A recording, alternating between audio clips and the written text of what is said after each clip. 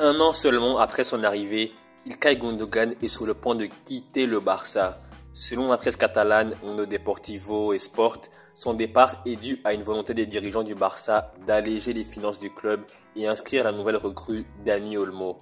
Des premiers contacts auraient été établis entre le Barça et Al Nasser et l'objectif du Barça est de toucher une indemnité de transfert conséquente alors qu'il ne reste qu'un an de contrat au milieu de terrain allemand. Cependant, d'après la presse anglaise, Ilkay Gundogan aurait sollicité Manchester City, son ancien club, en vue d'un retour et l'intérêt semble réciproque puisque le média The Athletic annonce que les Citizens seraient intéressés à l'idée de rapatrier leur ancien capitaine, ce qui a été confirmé par Fabrizio Romano. Si on se fie à la presse espagnole, anglaise et française, ils s'accordent tous pour dire que le joueur aurait accepté de quitter le Barça malgré sa volonté initiale de rester après une discussion avec Andy Flick qui lui aurait communiqué qu'il ne serait pas titulaire cette saison en raison des présences de Dani Olmo, Pedri et Fermín López. Cependant, moi je n'y crois pas, mais je n'y crois vraiment pas du tout. Selon moi, les vraies raisons du départ de Gundogan sont purement économiques. Il n'y a aucune raison sportive à son départ. Il a été l'un des 3 meilleurs joueurs du Barça la saison dernière avec Lamine Yamal et Fermín, mais aujourd'hui on veut nous faire croire qu'Andy Flick ne compte pas sur lui alors que malgré ses 33 ans, il est toujours l'un des meilleurs milieux de terrain du monde.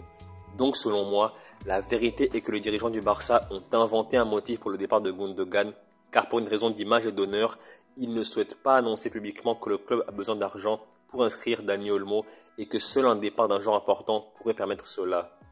Et dites-vous que Frenkie de Jong et Araujo, s'ils n'avaient pas été blessés, ils auraient été les joueurs sacrifiés par le club. Donc, leurs blessures leur ont permis de rester au Barça. C'est incroyable. En se comportant de la sorte, les dirigeants du Barça donnent raison à tous ceux qui disent que le club est mal géré. En tout cas, une chose est sûre, c'est que le Barça manque de transparence et les supporters sont dans le flou. À certains moments, on a l'impression que le club est bien géré et que le retour à une stabilité financière n'est qu'une question de temps. Mais à d'autres moments, on a l'impression que le club improvise et nous vend du rêve à chaque mercato pour camoufler la situation réelle du club. Donc aujourd'hui, à part les dirigeants du club, personne n'est en mesure de savoir dans quel état est le club réellement. Et le départ de Gundogan est un symbole de tout cela.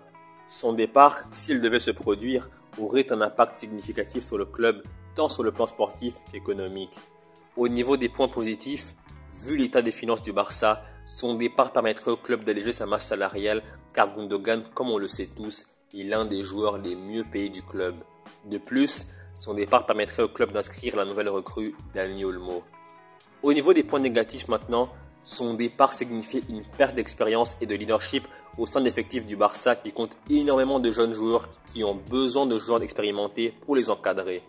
Son départ priverait Barcelone d'un joueur capable de gérer les moments cruciaux et de guider les plus jeunes dans les matchs importants de Liga et de Ligue des Champions. En plus de tout cela, étant donné que Gundogan est connu pour sa polyvalence, vu qu'il est capable de jouer à différents postes au milieu de terrain, son départ signifierait que Barcelone perdrait un joueur capable de s'adapter à diverses situations tactiques et capable de lier la défense et l'attaque de manière fluide. Seul l'avenir nous dira si le Barça a fait le bon choix en se séparant d'un tel joueur. Désormais, le pouvoir est entre les mains de la jeunesse catalane. Marc Bernal et Marc Casado sont les 2 jeunes joueurs qui vont le plus bénéficier du départ de Gundogan. Mais a priori, après leur blessure, Gavi et Frenkie de Jong seront à mes yeux les 2 joueurs titulaires dans le double pivot du milieu de terrain de Hansi Flick devant la défense. Et pour la position de numéro 10, Pedri, Dani Olmo et Fermín López vont se battre pour la place de titulaire.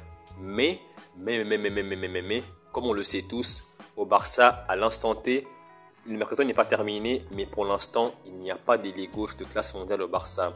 Après, oui, c'est vrai, Rafinha ou Ferran Torres peuvent dépanner sur le couloir gauche, mais je ne serais pas étonné de voir Hansi Flick utiliser Fermín, Pedri ou Dani Olmo sur le couloir gauche en tant que faux ailier gauche. Ce n'est que mon avis, et pour moi, on partirait logiquement sur une attaque du style Lewandowski en pointe, Lamine Yamal ailier droit, Pedri en 10 et Dani Olmo en tant que faux ailier gauche. Ça, c'est la compo du Barça en attaque si jamais il n'y a aucune arrivée au poste d'ailier gauche d'ici la fin du mercato.